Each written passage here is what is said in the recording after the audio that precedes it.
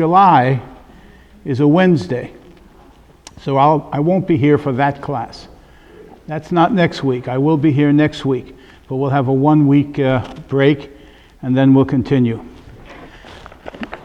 My name is Michael Kogan, as most of you know, and I've been teaching summer classes here for many years. Now that I'm becoming a permanent resident of the Holy City, which I rejoice in saying, I will be doing this all year round. Alan Arthur and I will be spelling each other. So I'll teach for like 3 weeks and then 3 months. He'll teach for 3 months. So that's the way we'll do it. And we'll have a wide variety of classes, which I hope will appeal to people. Now, this class is in the Gospel of Mark, the first Gospel, the shortest Gospel, and the one which is the model for Luke and Matthew. Before we actually open our Bibles and go through this line by line and verse by verse and word by word, this course will probably take 3 months, and that should be sufficient time to do it. You'll get more Mark than you've ever dreamed of.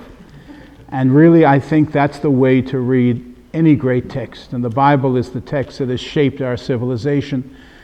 Whether one is religious or not, one cannot possibly understand the contents of any great museum or concert hall or architecture without understanding Christianity. It is an idea so powerful that God became man and shared our nature and became one of us, that it has stimulated the human imagination in a way that no other idea ever has.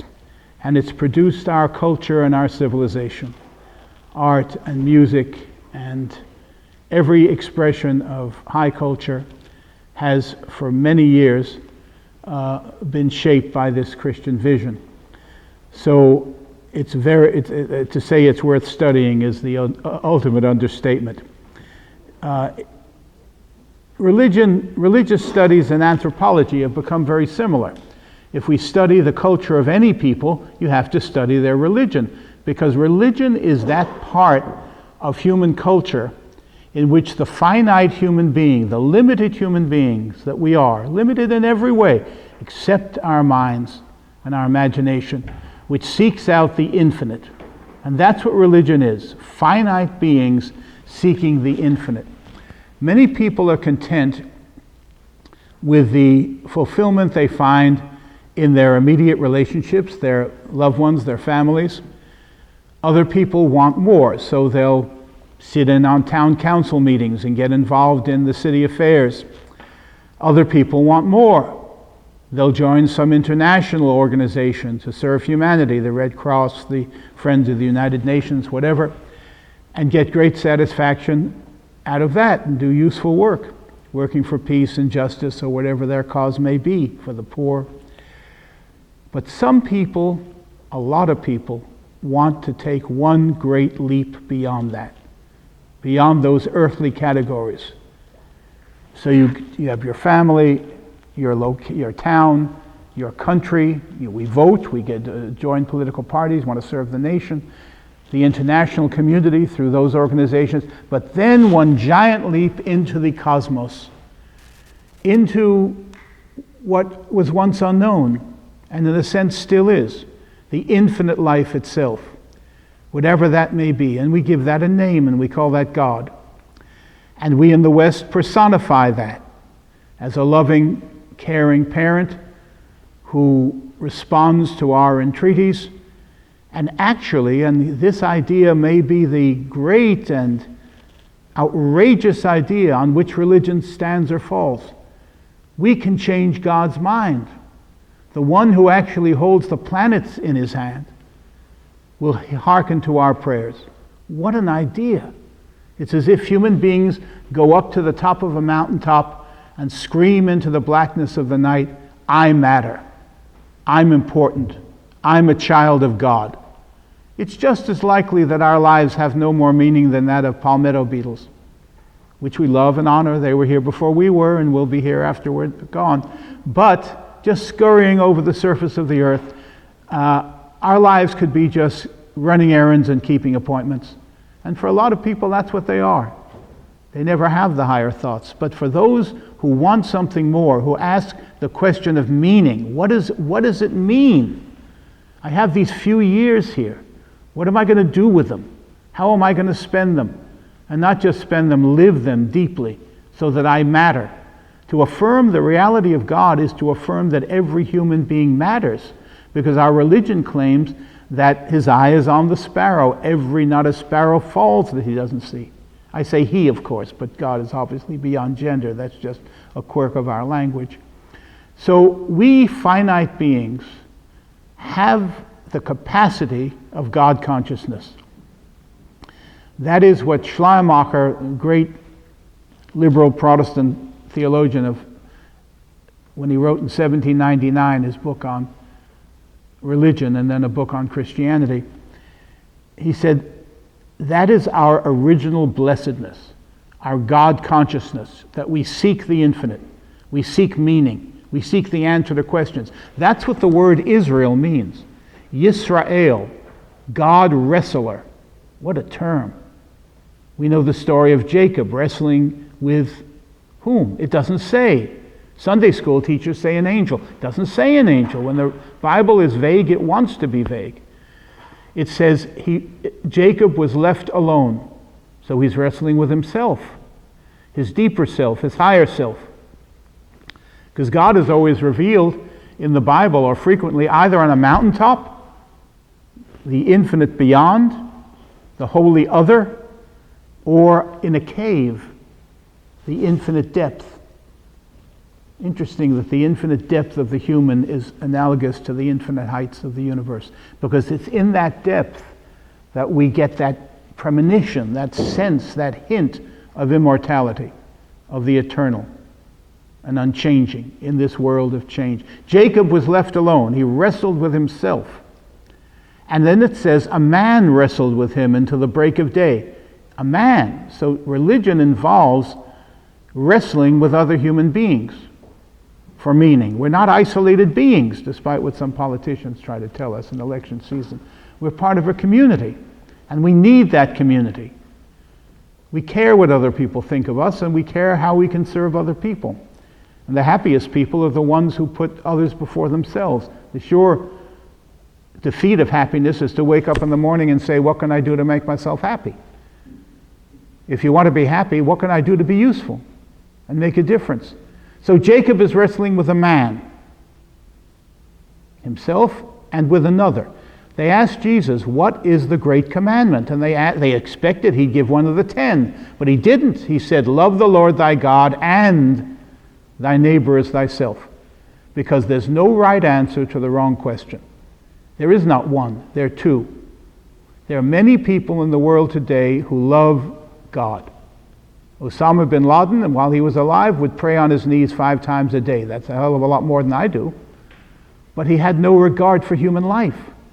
So it was religion, but false religion. Not because he was a Muslim. There are many pious and wonderful Muslims.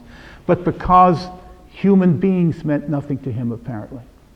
And Jesus said, and he was right, if you don't care, if you cannot find the image of God in your fellow human being, you'd better keep looking. Remember, God was revealed to him in a burning bush, to Moses in a burning bush. And the poet says, earth's filled with heaven, and every lowly bush aflame with God. But only those who look take off their shoes. The others sit around and pick blackberries. So every bush is aflame with God, if we know how to look at nature. But if it's true of a bush, as Jesus would say, if it's true of a sparrow, it's infinitely more true of the face of your fellow human being, on whom the image of God is stamped. And that's where we must find the image of God. So Jesus quoted Leviticus, love thy neighbor as thyself, and Deuteronomy, love the Lord your God. He put them together, and that is the great command of our faith, whether it be Jewish or Protestant or Catholic or Islamic. That's the Abrahamic faith. to love God and the fellow man. So Jacob is wrestling with another man, human community. And then that man has to disappear with the coming of the light. This is a special kind of being. All human beings are special kinds of beings, aren't they? If we look at them the right way. All children of God. All carrying God within them. And he disappears. Remember, Jacob says, Jacob grabs him. What an idea to grab the divine other.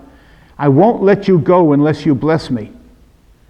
And the other says, we don't know, is this man, is this God, is this Jacob himself in his depth? What's your name? And he says, Jacob. Jacob means supplanter. Remember, when he was born, he was grabbing onto his older brother's heel, who came out of the womb first, but he wanted to be first. And he spent his early life trying to shimmy up the greasy pole, as the Israeli would put it, to get ahead. Gimme, gimme, gimme. He was a horrible child. All these people were horrible people in the beginning. If God can make them into saints, he can make us. That's the idea. So Jacob was a horrible kid. He had to run away from home because he cheated his father. He misled his father, his blind father. He cheated his brother. And he was afraid. So he left. And in the desert he finds God, or God finds him and wrestles with him. And he said, what is your name? Jacob, supplanter. Gimme. And he says, your name is no longer Jacob.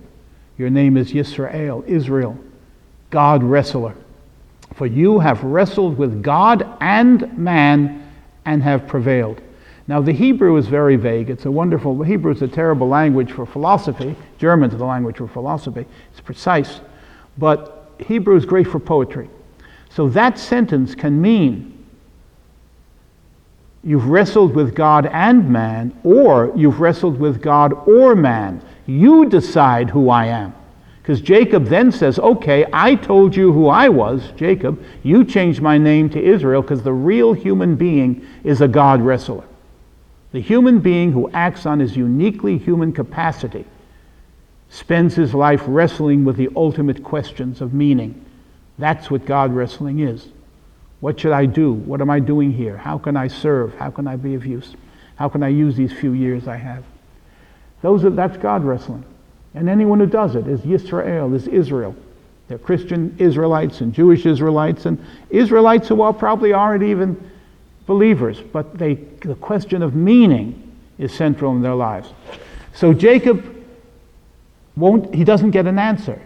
Jacob says, I told you my name, now you tell me your name. And the other says, how can you ask such a question?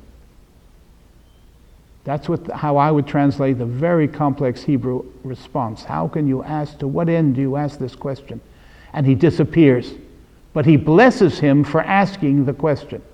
So we human beings, Jacob is us. That's the truth of the Bible. Jacob is you and me. And when we wrestle with ultimacy, we want to know, God, I believe you're there, but are you really? When I pray, am I talking to myself? I have this nagging feeling, maybe I am. Well, it says, yes, we are wrestling with our inner depth, but also with other people, and also with this divine reality, which religion assures us is real, but sometimes we have our doubts. So Jacob doesn't know who this person is. He won't answer the question. God hides behind those clouds, and we say, God, show us that what we believe is in fact, that the truth of our lives is provable and demonstrable. And God says, that's cheating. And he stays, in a sense, behind those clouds. And he says, you have to decide whether I'm real or not. That's up to you. Be a man, be a woman, be an adult, and make your decision. And Jacob awakes. The other blesses him for asking the unanswerable question. So we human beings, as Kant says, ask unanswerable questions. The more mature we are in spiritual life and in intellectual development, the more unanswerable questions we ask. And we ask them against the great cosmos, which seems silent so often. And so we have to go back into that depth, having scaled the heights, and figure out what the answer is ourselves. So then, having blessed him for asking the unanswerable question, God, are you real? He disappears. leaving Jacob alone once again, and he says, I have seen God. So he decides to impose meaning on the experience of ultimacy that he has had. He does it. God doesn't give many easy answers and no guarantees. We may spend our lives serving God and try to, but we can't even know if God actually exists. Intellectually, in a sense, we're all agnostics because you can't prove by any logical argument the reality of God, nor can you disprove it. It's beyond that. Religion is a love affair with God. I have a wonderful statue at home done by the great Charleston Jewish sculptor Willard Hirsch. It's a study for a large statue which is in a synagogue in Baltimore, I'm told. I have tried to track it down, but I can't find it. But I have what Willard used to call one of his doodles. It's a bronze statue this size. And it's Jacob and the angel, because he has wings in the other, embracing so tight that where Jacob's fingers are around the angel's back, there are grooves in the angel's back. Are they making love? Are they fighting? Are they wrestling? To wrestle with God is to be in a love relationship with God. Religion is not an intellectual phenomenon. It's not about knowing, and it isn't even basically about doing. It's about feeling, I think. A profound love relationship with God. And of course, if it's valid religion, if it's true religion, it will lead us to go on and do great things for humanity and do our best to make our lives worthwhile. So it leads to doing. But the essence, I think, is feeling. It's just my opinion. And that's really more a Protestant opinion than the Jewish or Catholic opinion, I guess. Because that personal relationship with God, I think that's the pearl of great price that Jesus spoke of. And there's no substitute for it. And if you have it, then you can ask all the questions, you can have all the doubts, and you still have that loving lover and beloved that you embrace the way Jacob embraced that other. So he wakes up having been blessed for asking the unanswerable question. He tried to intellectualize it. Who are you? Are you real? God is the realest thing there is. But truth and fact are not the same thing. It's a fact that I'm leaning on this table. It's not important enough to be a truth. But it's a truth that my Redeemer liveth. Truth and fact. I can't prove the truth, but I try to live for it. The fact is true, but trivially true. So the distinction between the Bible's a true book. Every story is true, because every story tells us about ourselves. In metaphor, usually. Is it factual? No, there are all kinds of mistakes in the Bible, factually. Did Adam and Eve live in a place called Eden? I haven't the slightest idea. But I know that Adam is me, and Eve is me. Knowing what's right, I frequently do what's wrong. That's their dilemma, and that's the problem in the Bible. The Garden of Eden story sets the problem, and the rest of the whole collection of books, it's not a book, it's a library full of books, are attempts by authors over 500 years to answer the question. How do we deal with sin? With knowing what's right and doing what's wrong. How do we solve that problem? And each religion, Judaism, Christianity, Islam, has a slightly different take on the answer because they interpret the problem slightly differently. But that's what the whole thing's about. So Jacob is left alone, and he says, I have seen God. That's the imposition of meaning. I didn't just have a meaningless dream. That dream is the truth, and it opened me to truth. And from then on, Jacob develops into an extraordinarily pious and sacred personage. But before that, he was just a horrible little rat. And so are we all. And we can turn into something else, and that's the message. So, to become a God wrestler, to reach beyond the finite to the infinite, to fall in love with God is really what it's all about. And so we read the Bible in order to learn about others who took the same path and were changed from being quite ordinary and less than ordinary people into something really extraordinary. The Gospel of Mark is the first of the four Gospels. We have to try, it's impossible, we have to try to put ourselves back in Rome around 70, 71 AD, when this little slim volume appeared. And it wasn't called the Gospel of Mark, it was called The Good News of Jesus the Messiah, the Son of God. Mark uses 3 titles to tell us who Jesus is. Those titles are crucial, because again, the Romans had never heard of him, and Mark has to introduce him. So Jesus the Messiah, we'll have to study carefully what the Jews meant by the term Messiah, and in what sense Jesus is Messiah, and in what sense he isn't.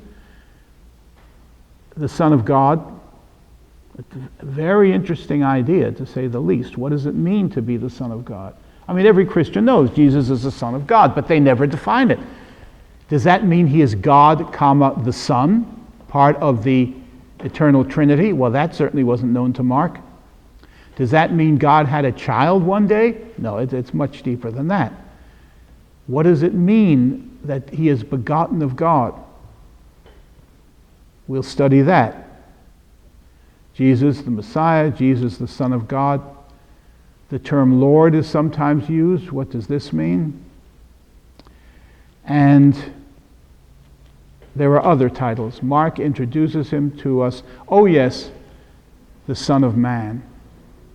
The Son of Man, curiously enough, is a more exalted Jewish title than Son of God. Every king of Israel was called Son of God.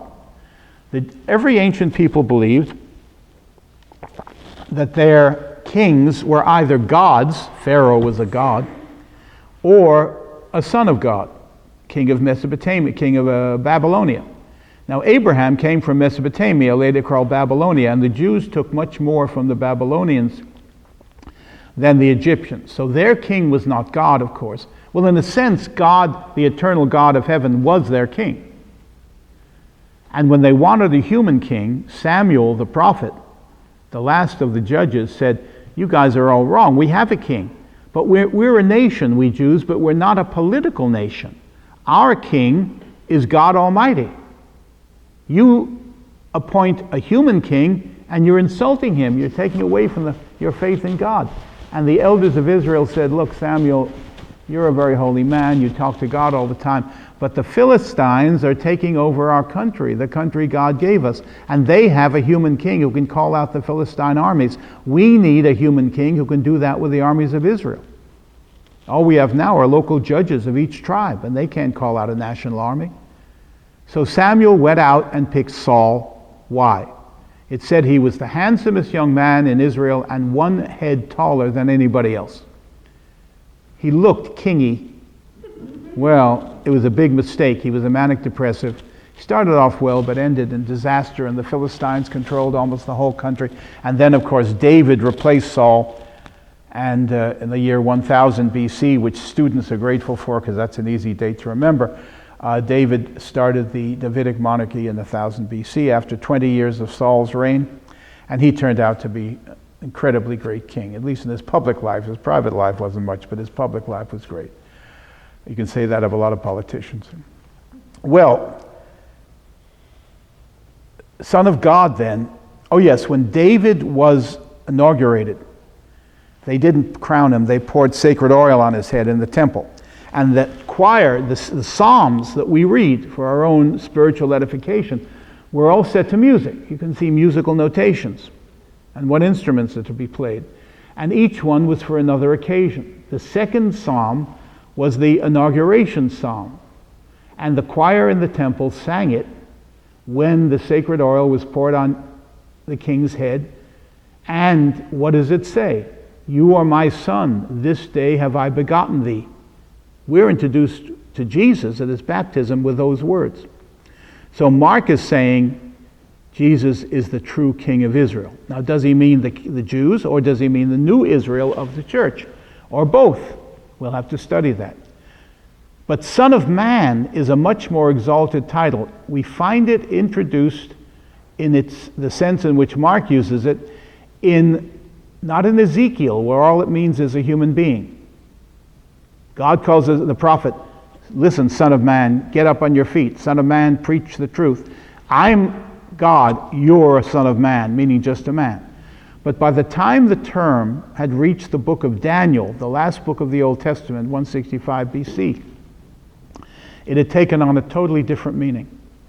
This one like a son of man was a divine being with a human face. The Jews developed that idea very late in the Old Testament period and then dropped it when the Christians picked it up. Christianity and Judaism have been reacting in consort, but also against each other for a long time. If the Christians started doing something, the Jews would drop it. If the Jews did something like having Saturday Sabbath, the Christians said, no, it's Sunday. They had to differentiate themselves because they were both of the same Israelite tradition. So, Son of Man in the book of Daniel, and that's where Mark is drawing from, and it was Jesus' favorite term about himself, not Son of God, means a human being with divine power, who is human, but also has the aspect of divinity. And that's how most Christians think of Jesus.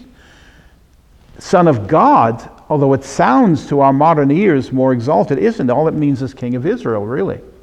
And nobody ever claimed that David or any other king of Israel could raise the dead, could heal the sick, do anything like that. He didn't have divine powers, except authority to reign, to rule. But Son of Man is a more exalted title. And to connect the Old Testament and the New with that title, you have to look at the pseudepigrapha and the Apocrypha. The Apocrypha are 13 books which never got into the Old Testament, and the pseudepigrapha has been expanded now to 62 books written in between the Old and New Testaments. And there, Enoch, in the similitudes of Enoch, he's mentioned once in the Old Testament. It says, Enoch was a righteous man, Enoch walked with God, and he was not, for the Lord took him. Enoch and who else? Elijah didn't die, according to the Old Testament. They were taken up into heaven in a magical way. So that's all we know of Enoch. But somebody wrote a book of Enoch and the similitudes of Enoch. And it says he was taken by God. Where did he go? Chicago? No, he went to heaven. So he's taken on a tour of heaven by an angel. And it says, and then I saw that Son of Man sitting on an exalted throne and judging the world. So at the end of days, the Son of Man, a human, but more than human, because given by God the power to judge and redeem the world in the eschaton at the end, he sits on a throne and he will judge us. And that's what Mark means when he says Jesus is the Son of Man. He will come again in glory to judge both the living and the dead, and his kingdom will have no end, as we say in the Creed.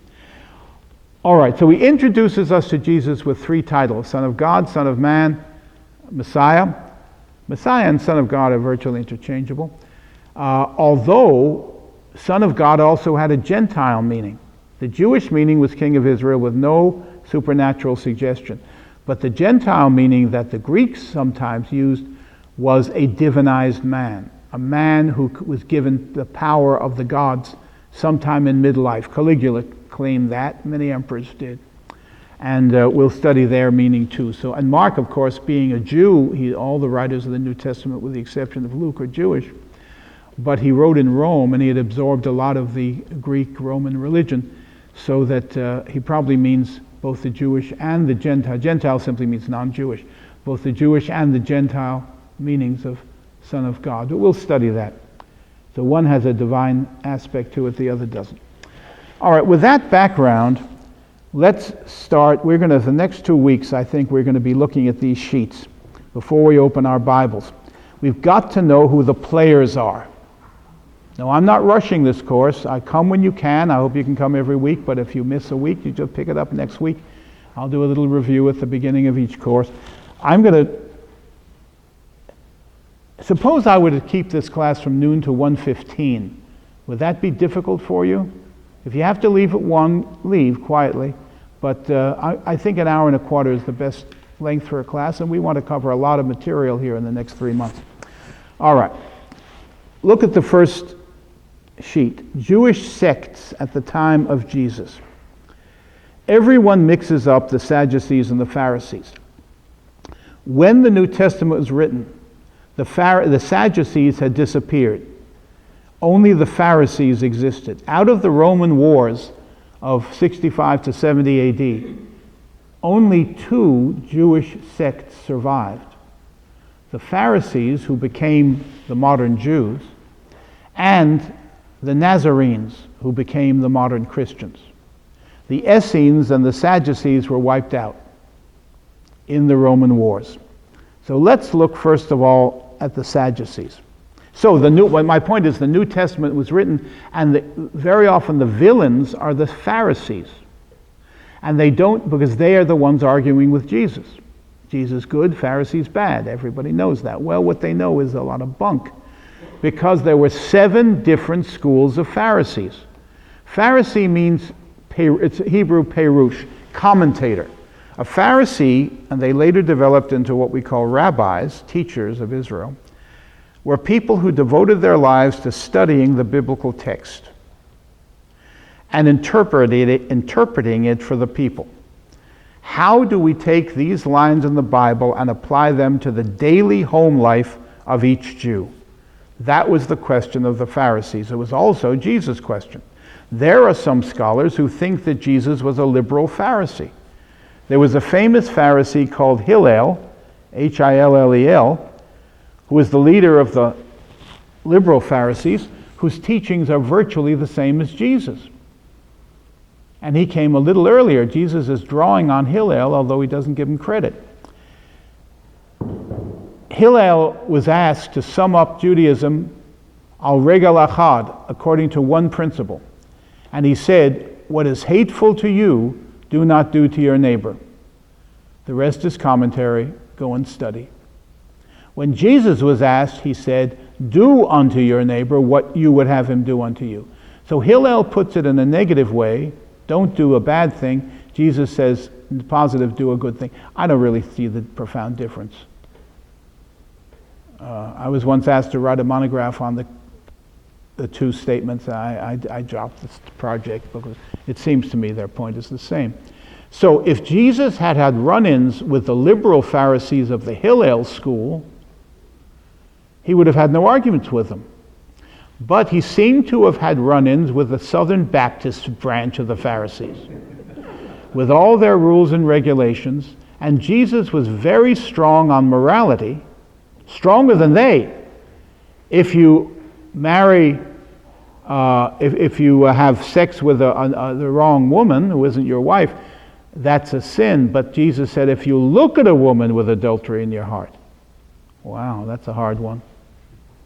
But he made it even harder. So he outdid the Pharisees in their insistence on morality, sexual and otherwise, but they also believed in the kosher laws, in strict Sabbath observance and observance of Jewish holidays. Those three things really are the pillars of even modern traditional Judaism. And he didn't have much patience with rituals. And Mark says he declared all foods clean. He puts it in parentheses because I don't think Jesus ever did. He never actually says that. I don't think he would ever eat a ham sandwich. I mean, that's just the way they lived. And they believed since Moses that certain animals were forbidden. You look at the 11th chapter of Leviticus. I'm a practicing Jew, and when I want to know what I can eat or not, I look at Leviticus in chapter 11, and it says you can have fish if it has fins and scales, but you can't have shellfish. So when I was 20 years old, I started observing this, and I love snails. Giving up snails was very hard. I used to make them yummy. If you like garlic, boy. And lobster and all of that. But you can live without it if you think that God cares about what you eat. And that's part of traditional Judaism. And I do it. I don't know whether God said to do it or human beings said to do it, but I know that Jews have been abstaining from these foods certainly for 3,000 years. And I do it because it stimulates God consciousness. I go to the supermarket and buy food, but I have to ask another question for most people. Is this forbidden in the scriptures? To me as a Jew, am I allowed to eat it? And therefore, going to the supermarket, Harris Teeter becomes like a synagogue or a church. I have a religious experience. Shopping becomes a religious experience of God consciousness. Eating in a restaurant. My question is not what I'm in the mood to eat, but what the law allows me to eat. So I believe in all these laws and regulations, and it's because they stimulate God consciousness. Anything people do that makes them think of God, I think is good. I mean, if you had a religion that says every day at noon you walk down the street, hopping down the street, patting the top of your head and whistling Dixie, all right, if you do it for God, suddenly it makes sense. Not eating lobster today makes no earthly sense. That's the point.